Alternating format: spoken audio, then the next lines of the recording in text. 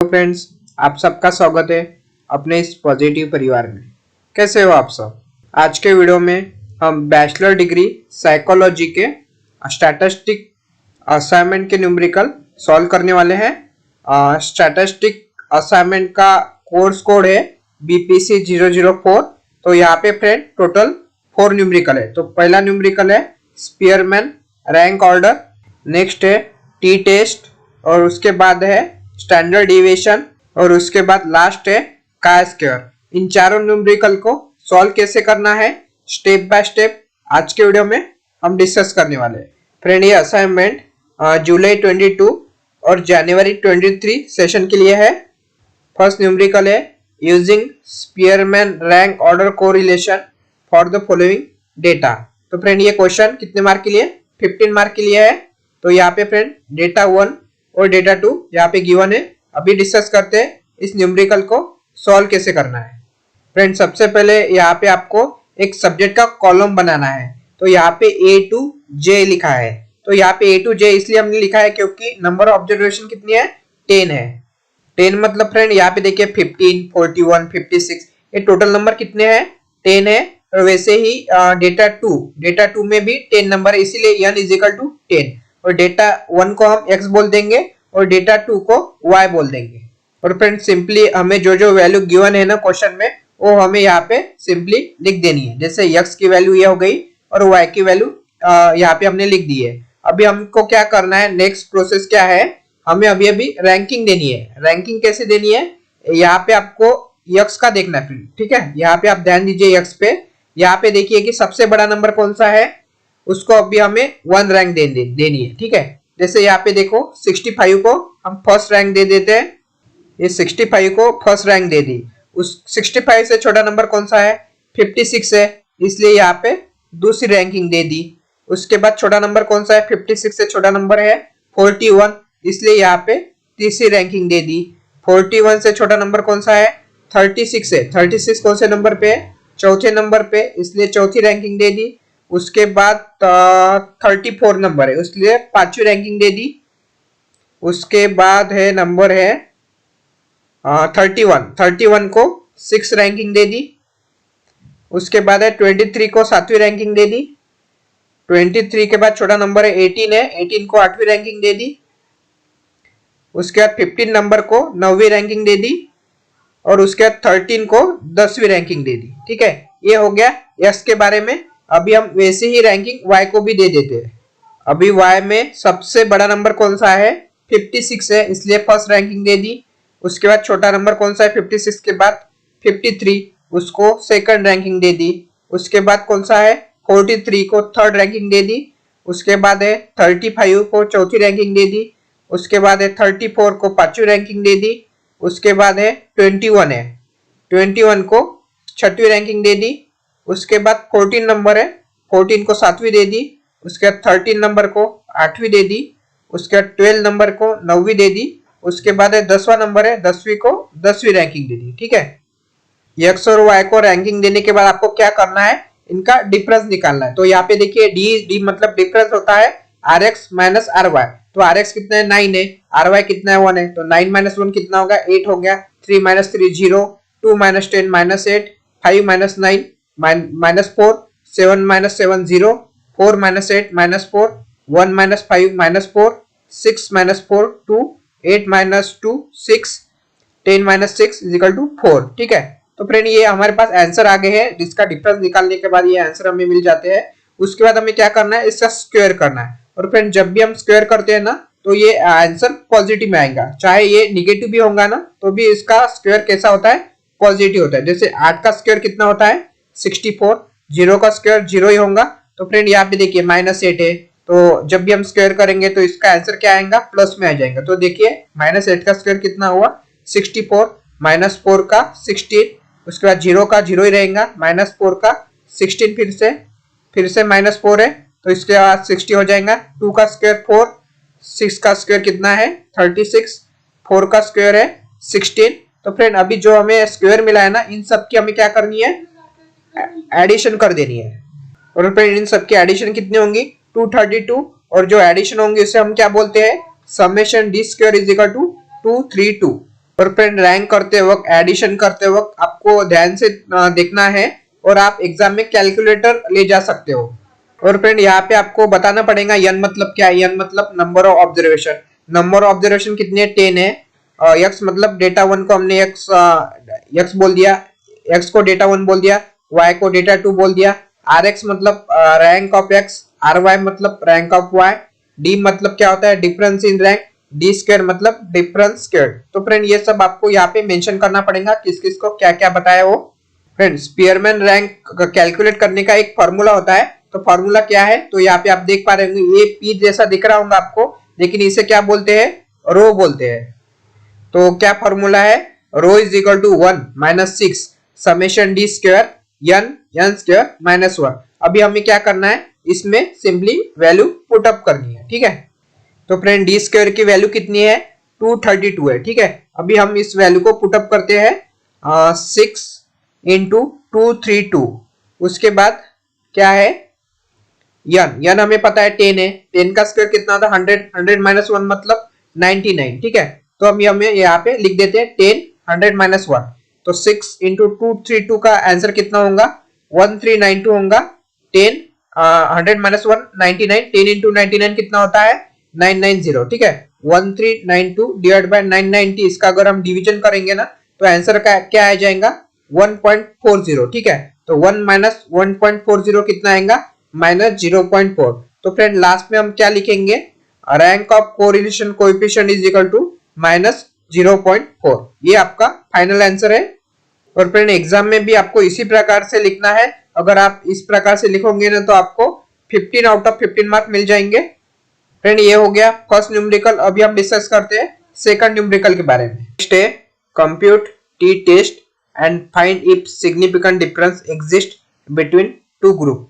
तो फ्रेंड ये question 50 marks के लिए है। यहाँ पे डेटा 1 और डेटा 2 गिवन है। तो डेटा 1 को हम क्या बोलेंगे? x1 और डेटा 2 को x2। उसके बाद फ्रेंड आपको क्या करना है? डेटा 1 जो कि x1, इसकी सिंपली आपको एडिशन करनी है। तो इसकी एडिशन कितनी आती है? 64। और n1 कितना है? n1 है 10 है।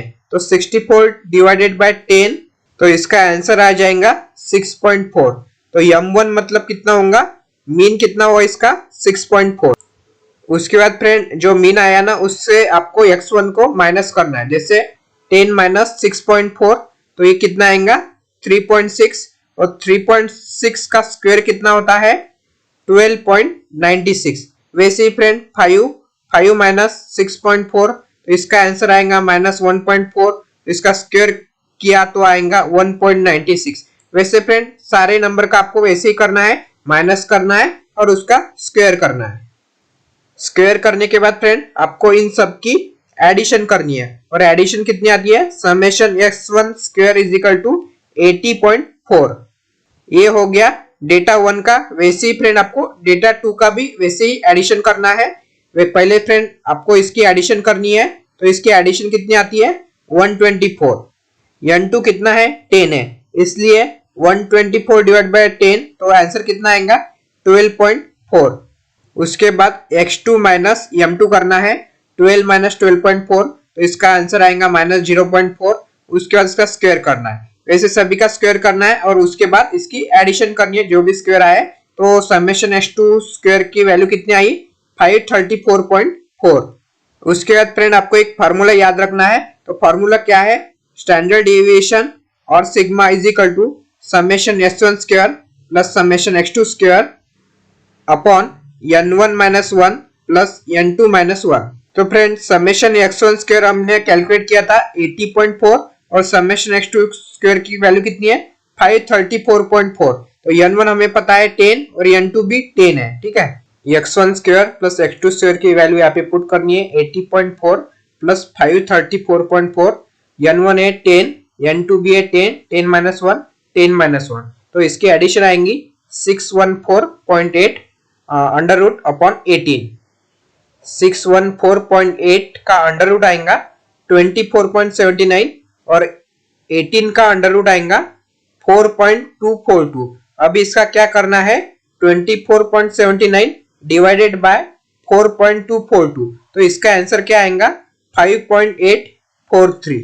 उसके बाद फ्रेंड ये फार्मूला दिया है, इस फार्मूला में वैल्यू हमें पुटअप करनी पड़ेगी। Sigma D is equal to sigma under root 1/n1 plus 1/n2 is equal to sigma D की वैल्यू है 5.843 1/10 plus 1/10। 5.843 is equal to under root 2/10, तो 2/10 कितना आएगा 0.2 आएगा, तो 0.2 का अंडर रूट कितना आता है 0.4472। उसके बाद 5.843 इंटू ये वैल्यू आई ना अंडर रूट 2 की 0.4472 से मल्टीप्लीकेशन करना है, उसके बाद इसका आंसर आएगा 2.612। उसके बाद फ्रेंड आपके पास एक फार्मूला है टी का, तो टी का फार्मूला क्या है m1 minus m2 upon sigma D. तो m1 और m2 हमने पहले ही कैलकुलेट किया था, तो वो आया था 6.4 और माइनस m2 कितना है 12.4 डिवाइडेड बाय सिग्मा डी की वैल्यू हमें पता है 2.612, तो 6.4 माइनस 12.4 इसका आंसर कितना आएगा -6 डिवाइडेड बाय 2.612, तो इसका आंसर क्या आएगा -2.29। उसके बाद फ्रेंड आपको क्या करना है डिग्री ऑफ फ्रीडम निकालना है, तो इसका क्या फार्मूला है n1 प्लस n2 माइनस 2, तो n1 कितना है 10 है, n2 कितना है 10 है, 10 प्लस 10 20, 20 माइनस 2 कितना हो गया 18 हो गया। फ्रेंड इसके बाद हमें क्या करना होता है ना, क्रिटिकल वैल्यू जो टी की वैल्यू रहती है उससे कंप्यूट करना पड़ता है। तो कंप्यूट कैसे करना है अभी मैं आपको बताता हूँ।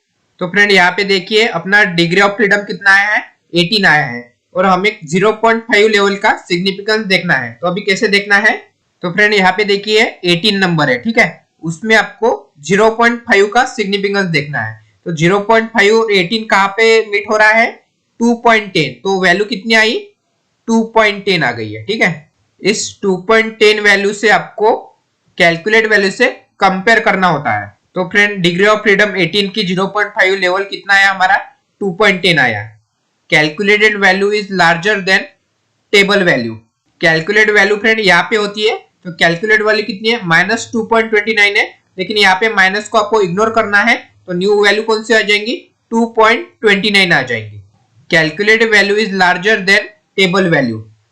कैलकुलेट वैल्यू कितनी है 2.29 है, और टेबल वैल्यू जो हमने कैलकुलेट की थी टेबल से वो कितनी है 2.10 है। तो ऐसे सिचुएशन होती है ना फ्रेंड, जब भी कैलकुलेट वैल्यू बड़ी होती है टेबल वैल्यू से, तो हम क्या करते हैं नल हाइपोथेसिस को रिजेक्ट कर देते हैं। और फ्रेंड सपोज आपकी टेबल वैल्यू बड़ी रहती, मतलब ये 2.10 है ना, इसके जगह अगर 10 रहता और कैलकुलेट वैल्यू 2.29 रहती, तो हम क्या बोलते हैं, तब हम ऐसा बोलते हैं कि null hypothesis can not be rejected. लेकिन यहाँ पे कैलकुलेटेड वैल्यू बड़ी है टेबल वैल्यू से, इसलिए हम क्या बोलेंगे null hypothesis is rejected. Next question है compute mean and standard deviation for the following data. तो फ्रेंड ये क्वेश्चन 5 मार्क के लिए, यहाँ पे डेटा दिया हुआ है 12, 13, 14, 15, 16, 23, 23, 12, 12, 10। तो इसका हमें क्या करना है मीन और स्टैंडर्ड डिविएशन कैलकुलेट करना है। इस न्यूमेरिकल को कैलकुलेट करने के लिए फ्रेंड आपको यहाँ पे 3 कॉलम बनाने पड़ेंगे। फर्स्ट कॉलम होगा स्कोर, जिसमें हम x बोलेंगे, जो भी वैल्यू गिवन है ना वो हमें इधर यहाँ पे लिख देनी है और इसकी सिंपली एडिशन करनी है, और एडिशन कितनी आती है इनकी 150, ठीक है। उसके बाद नेक्स्ट कॉलम है deviation from the mean x minus m और x। तो फ्रेंड ये जो वैल्यू है ना उससे मीन के वैल्यू से सब्सट्रैक्शन करना पड़ेगा। तो मीन कितना आया 150 आया, और टोटल नंबर कितने हैं 10 है, तो 150 डिवाइड बाय 10 कितना आता है 15 आता है। तो फ्रेंड ये कैसे कैलकुलेट करना है 12 और उसका मीन कितना है 15 है, तो 12 माइनस 15 कितना होता है -3। वैसे फ्रेंड आपको सारे नंबर का ऐसे ही करना है 13 माइनस 15, जो आंसर आता है ना उसका उसके बाद क्या करना है स्क्वायर करना है। तो -3 का स्क्वायर 9 आएगा, 2 का स्क्वायर कितना आएगा 4 आएगा। वैसे ही फ्रेंड आपको सारे नंबर का ऐसे माइनस करना है, जो भी नंबर होगा उससे मीन से माइनस करना है, ठीक है। तो और फ्रेंड जो स्क्वायर आया ना उसकी आपको एडिशन करनी है, और एडिशन कितनी आएंगी 186। और फ्रेंड नीचे आपको ऐसा मेंशन करना है कि x मतलब क्या होता है, x मतलब इंडिविजुअल स्कोर, m मतलब क्या होता है mean of the given set off score, n मतलब क्या होता है टोटल नंबर ऑफ स्कोर, और स्मॉल x मतलब क्या होता है deviation of each score from the mean. ये सब आपको यहाँ पे लिखना पड़ेगा। उसके बाद फ्रेंड आपको क्या करना है स्टैंडर्ड डिविएशन कैलकुलेट करना है। तो स्टैंडर्ड डिविएशन कैलकुलेट करने का एक फॉर्मूला है एसडी मतलब standard deviation is equal to sigma under root x square upon n। तो अंडर रूट एक्स स्क्वायर की वैल्यू कितनी है 186 है और n हमें पता है 10 है। तो 186 डिवाइड बाय 10 कितना होता है 18.6 होता है और अंडर रूट 18.6 की वैल्यू कितनी आएंगी 4.31। तो फ्रेंड यही आपका आंसर है, standard deviation is equal to 4.31। बहुत ही इजी न्यूमेरिकल है फ्रेंड ये। नेक्स्ट क्वेश्चन है compute chi square for the following data. तो ये क्वेश्चन कितने मार्क के लिए 5 मार्क्स के लिए है। फर्स्ट स्टेप में आपको क्या करना है ऑब्जर्व वैल्यू कैलकुलेट करनी है। तो ऑब्जर्व वैल्यू मतलब जो भी क्वेश्चन में गिवन रहता है ना वही आपको लिखना है, उसकी सिंपली आपको एडिशन करनी है। जैसे देखो फ्रेंड यहाँ पे क्या क्या दिया है उसकी आपको सिंपली एडिशन करनी है। 15 प्लस 5 कितना आता है 20, उसके बाद 5 प्लस 5 कितना आता है 10 आता है और उसके बाद देखो 15 प्लस 5 20, 5 प्लस 5 10। तो इन दोनों की एडिशन देखो कितनी होती है 20 प्लस 10 कितना आता है 30 आता है और यहाँ पे भी देखो 20 प्लस 10 30। इन दोनों की एडिशन फ्रेंड सेम आनी चाहिए। तो ये सेम है तो मतलब आपका आंसर करेक्ट है। नेक्स्ट स्टेप में फ्रेंड आपको एक्सपेक्टेड वैल्यू कैलकुलेट करना होता है। तो एक्सपेक्टेड वैल्यू कैसे कैलकुलेट करना है तो फ्रेंड यहाँ पे देखिए टोटल कितना है 20 है। तो इस 20 को आपको मल्टीप्लीकेशन करना पड़ेगा 20 से और उसके बाद डिवाइड करना पड़ेगा 30 से। तो फ्रेंड यहाँ पे देखिए 20 इंटू 20 कितना होता है 400 divided by 30 is equal to 13.33। तो इसलिए फ्रेंड यहाँ पे हमने लिख लिया है 13.33। तो उसके बाद क्या करना है ये 20 से हो गया, उसके बाद 20 का 10 से मल्टीप्लीकेशन करना है 20 इंटू 10 डिवाइडेड बाय 30। तो 20 इंटू 10 कितना होता है 200, 200 डिवाइड बाय 30 कितना होता है 6.66। तो हमने फ्रेंड यहाँ पे लिख दिया है 6.66। ये हो गया 20 का। अभी आपको 10 का भी वैसे ही करना है 10 इंटू 20 डिवाइडेड बाय 30, उसके बाद 10 इंटू 10 डिवाइडेड बाय 30 और जो वैल्यू आई ना वो यहाँ पे आपको लिख देनी है। जैसे आंसर आया 6.66 और 3.33। उसके बाद फ्रेंड आपको क्या करना है थर्ड स्टेप में कैलकुलेशन ऑफ एक्स स्क्वायर मतलब काय स्क्वायर। यहाँ पे फर्स्ट कॉलम में होगा ऑब्जर्व वैल्यू होंगी, उसके बाद एक्सपेक्टेड वैल्यू, उसके बाद ऑब्जर्व माइनस एक्सपेक्टेड वैल्यू, उसके बाद ऑब्जर्व माइनस एक्सपेक्टेड वैल्यू का स्क्वायर, ऑब्जर्व वैल्यू में expected value square upon expected value. तो ऑब्जर्व वैल्यू मतलब फ्रेंड आपको क्वेश्चन में जो जो गिवन होती है ना उसे ऑब्जर्व वैल्यू बोलते हैं। उसके बाद फ्रेंड हमने एक्सपेक्टेड वैल्यू निकाली थी वो एक्सपेक्टेड वैल्यू यहाँ पे आपको लिख देनी है और उसके बाद क्या करना है observe value minus expected value का माइनस सब्सट्रैक्शन करना है। तो 15 माइनस 13.33 क्या आएगा 1.67। उसके बाद क्या करना है इसका स्क्वायर करना है। तो स्क्वायर कितना आता है 2.7889। उसके बाद क्या करना है observe value minus expected value का square divided by expected value. तो एक्सपेक्टेड वैल्यू कितनी है 13.33 डिवाइडेड बाय 2.7889। तो इसका आंसर आएगा 0.20। उसके बाद नेक्स्ट क्या करना है आपको 5 माइनस 6.66। तो इसका आंसर आएगा माइनस 1.66। उसका इसका स्क्वायर करना है और उसके बाद एक्सपेक्टेड वैल्यू से आपको उसको डिवाइड करना है। तो ये सब आपको आंसर मिल जाएंगे इसका और उसके बाद इसको आपको क्या करना है इसकी एडिशन करनी है। और फ्रेंड समेशन एक्स स्क्वायर की एडिशन कितनी आएंगी 1.85 आएंगी। और फ्रेंड यहाँ पे भी देखिए आप ऑब्जर्व वैल्यू की टोटल कितना हुआ 30 हुआ और एक्सपेक्टेड वैल्यू की भी टोटल कितनी आई लगभग 30 के आसपास ही। यहाँ भी आप क्रॉस चेक कर सकते हो, यहाँ से आपको पता चलेगा कि आपका आंसर करेक्ट है कि नहीं। ये आसपास आना चाहिए, अप्रोक्सीमेटली सेम ही आता है। ये होने के बाद फ्रेंड आपको क्या करना पड़ता है डिग्रीज ऑफ फ्रीडम निकालना पड़ता है। डिग्रीज ऑफ फ्रीडम मतलब D of r-1 c-1। r मतलब क्या होता है रो होता है, c मतलब कॉलम होता है। रो मतलब क्या होता है फ्रेंड हॉरिजॉन्टल और कॉलम मतलब होता है वर्टिकल। अभी कैसे कैलकुलेट करना है अभी मैं आपको बताता हूँ। तो फ्रेंड यहाँ पे देखिए रो कितना है, अर्ली का एक रो हो गया फर्स्ट रो, लेट का भी एक रो हो गया, मतलब रो कितने हमारे पास 2 है। और कॉलम मतलब क्या होता है वर्टिकल्स। तो कितना है अग्री का एक कॉलम है और डिसअग्री का एक कॉलम है, मतलब कॉलम कितने 2 है और रो भी कितने 2 है। अभी इस वैल्यू को हमें इस फॉर्मूला में पुट अप करना है। तो फॉर्मूला क्या है r-1 c-1। तो 2 माइनस 1 2 माइनस 1 1 इंटू 1 कितना होता है 1 हो गया। अभी उसके बाद अभी हम क्या करना है टेबल वैल्यू से इसे कंप्यूट करना पड़ता है। तो 1 का अभी हमें क्या करना पड़ेगा 0.5 और 0.01 लेवल का सिग्निफिकेंस चेक करना पड़ेगा टेबल वैल्यू से। फ्रेंड एक काय स्क्वायर का वैल्यू है और यहाँ पे देखिए डिग्री ऑफ फ्रीडम कितना आया था 1 आया था, उसमें हमें क्या चाहिए 0.05। तो 0.05 की वैल्यू कितनी है 3.841 और 0.01 कितना है 6.635। इससे अभी हमें कैलकुलेट वैल्यू से कंपेयर करना होता है। तो टेबल वैल्यू मतलब क्या होता है क्रिटिकल वैल्यू, तो इसकी क्या है value 3.84 at 0 point level of significance and table value of x square 0.01 के लिए कितना है 6.635 है।